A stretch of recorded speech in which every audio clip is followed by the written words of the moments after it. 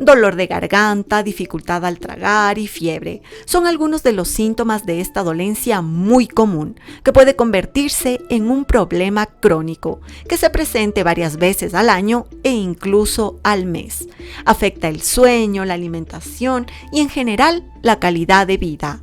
Alrededor de esta molestia hay muchas inquietudes, por ejemplo, cuándo usar antibióticos, cómo diferenciarla de otras enfermedades como la faringitis y quizás la más común, qué tan recomendable es extraerlas. Los especialistas nos ayudan a despejar estas dudas acerca de las amígdalas.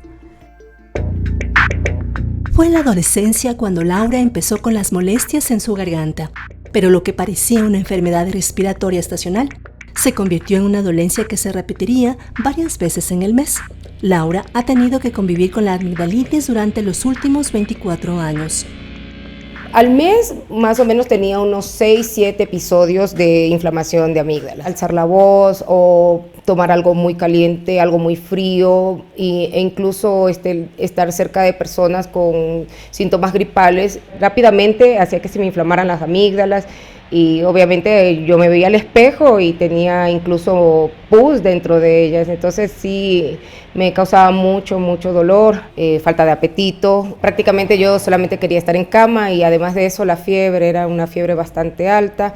A veces acudía al médico, me recetaban penicilina y otros antibióticos, los cuales tomaba. Al principio sí me aliviaban, pero luego ya no tenían el mismo efecto, seguían los mismos síntomas fuertes.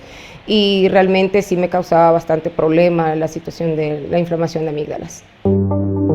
Las amígdalas son los ganglios linfáticos o masas carnosas que se encuentran en la parte posterior de la garganta.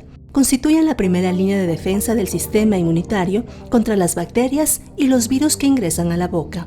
Las amígdalas son dos estructuras de un tejido que se llama linfoide.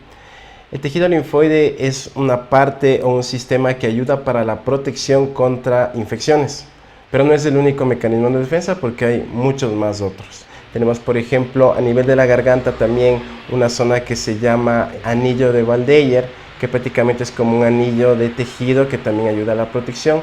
O también hay otras amígdalas, como por ejemplo las amígdalas ubicadas en la parte posterior de la base de la lengua. Las amígdalas, desde que nacemos, tienen una función protectora que ayudan al sistema inmunitario. Pero esta función es mucho más marcada o tiene más importancia a nivel de las amígdalas en la etapa desde los 5 años hasta los 15 años. Por eso es mucho más frecuente tener casos de amigdalitis en esta etapa de edad, antes de los 15 años.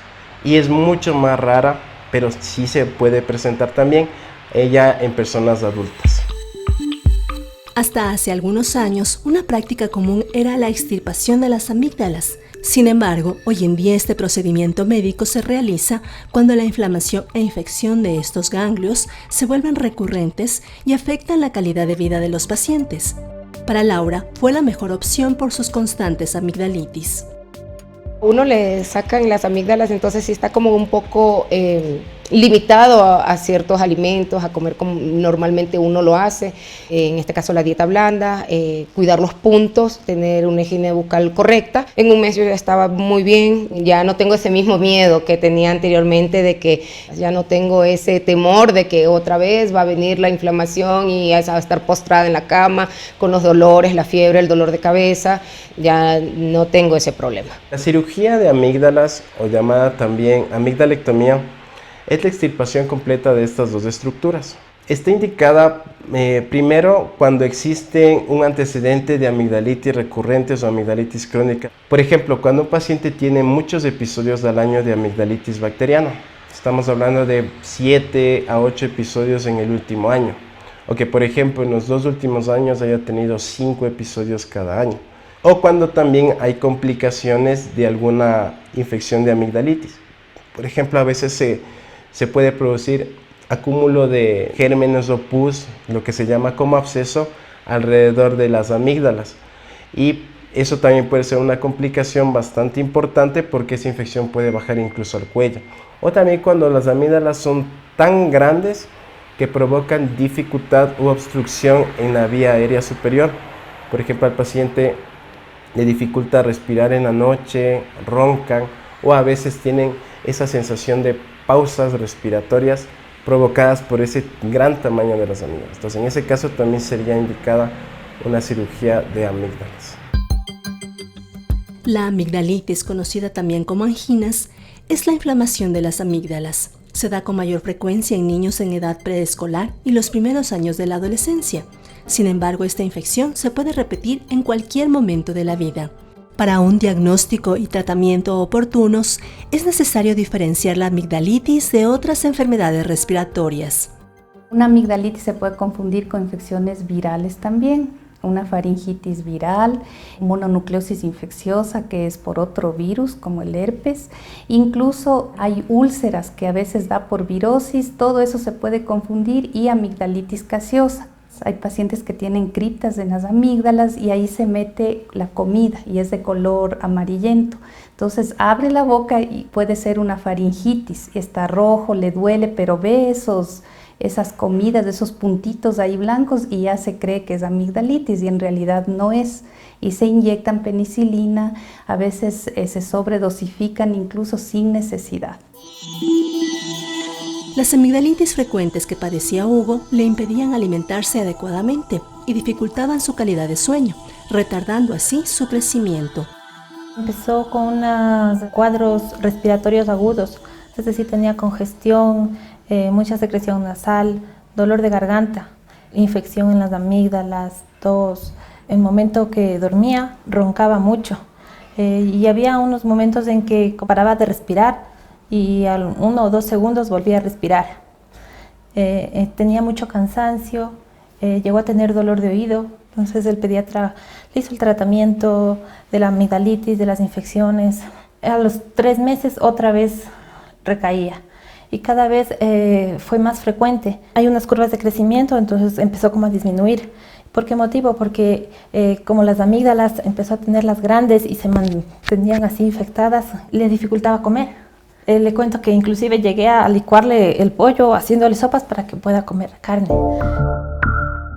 En los niños hasta los 3 años de edad se dan más amigdalitis de tipo viral. Pasados los 3 años ya puede haber amigdalitis de tipo bacteriano. ¿Y qué pasa con los niños? Como ellos están en el colegio, en las escuelas, en las guarderías, epidemiológicamente a veces hay más problemas a ese nivel, sea gripes, virosis, especialmente en épocas como ahora que hace mucho frío o hay cambios bruscos de temperatura, entonces se pasan entre ellos los virus o también las bacterias. Un niño es difícil a veces, incluso en la pandemia, cuando era la época de la pandemia, que usen mascarilla, era más difícil. Y claro, un niño no está todo el rato lavándose las manos, juegan entre ellos, a veces se pasan el chupete, los juguetes o se tocan la nariz así, se meten los deditos a la boca. Entonces es mucho más difícil en niños prevenir esas cosas. Entonces cada vez puede haber más resistencias bacterianas por causa de inyectarse o tomar antibióticos sin necesidad, cuando solo es un problema viral que deberíamos esperar, dar algo para la fiebre, para el dolor y esperar. Para evitar que Hugo tuviera más episodios de amigdalitis, la recomendación fue que le extirparan las amígdalas. Después del postoperatorio, del tiempo de reposo, un mes después de la cirugía, hacer sin ejercicio, haciendo los cuidados indicados por la doctora, ya empezó todo felicidad prácticamente. Ahora duerme, no hace ni un ruido, se levanta con todas las energías, da todo lo que puede en el día en clases, hace deporte, que le encanta. Ahora viene contentísimo que ha hecho fútbol, que ha hecho de todo en el colegio. Entonces es una felicidad para él y para nosotros como padres. Le cuento que ha crecido como unos 10 centímetros tal vez. Como toda cirugía, la amigdalectomía tiene sus riesgos. Sin embargo, con los años se han desmentido algunos mitos alrededor de este procedimiento, como por ejemplo que es mejor hacerlo en la niñez o que al extirparla se contraerán más enfermedades respiratorias. Lo cierto es que estos ganglios son útiles hasta cierta edad. Hay que aclarar que esta operación solo debe hacerse con justificación médica. Estos criterios son que tenga 7 amigdalitis al año confirmadas que son amigdalitis por estreptococo, no faringitis, virales ni otro tipo de de problemas de garganta. Ahora, hay otros criterios para sacar las amígdalas, como son la hipertrofia de amígdalas, es decir, cuando están demasiado grandes van a obstruir la respiración, la vía aérea, y esto hace que especialmente los niños tengan ronquido y apnea del sueño, no crezcan bien, tengan problemas con escolaridad, alteraciones bucofaciales, se les daña los dientes, el paladar, la carita. Estas amígdalas grandes obstruyen la respiración y eso es importante quitar ese factor para que el niño tenga una buena calidad de vida.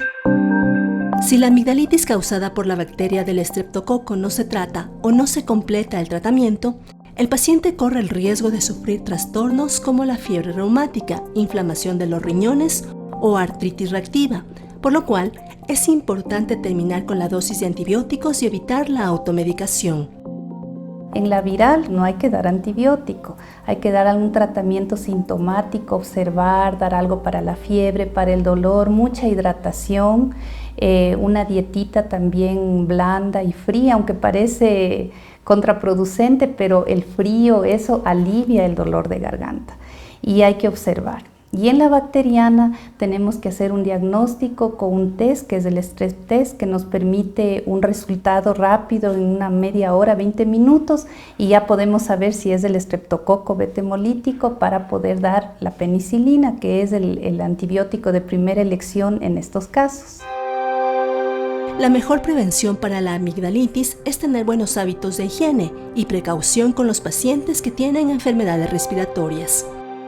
Lo que tenemos que hacer es cuidarnos, sobre todo en estos cambios bruscos de temperatura, siempre estar abrigados. Si hay alguna persona cercana a nosotros que esté con algún cuadro de resfriado actual, tener las medidas de precaución necesarias, no estar en contacto cercano, usar mascarilla, el lavado de manos, todo lo que es prevención para evitar contagiarse de algún virus, pues básicamente lo mismo, porque la amigdalitis sí es una enfermedad contagiosa, tanto la viral o la bacteriana, entonces tenemos que actuar de esa misma manera, ¿no? Tener esos medios de precaución para evitar los contagios sobre todo. Si hay dolor de garganta con fiebre, dificultad para tragar y debilidad o fatiga extrema, es importante visitar al médico para un diagnóstico exacto y así evitar el abuso de antibióticos.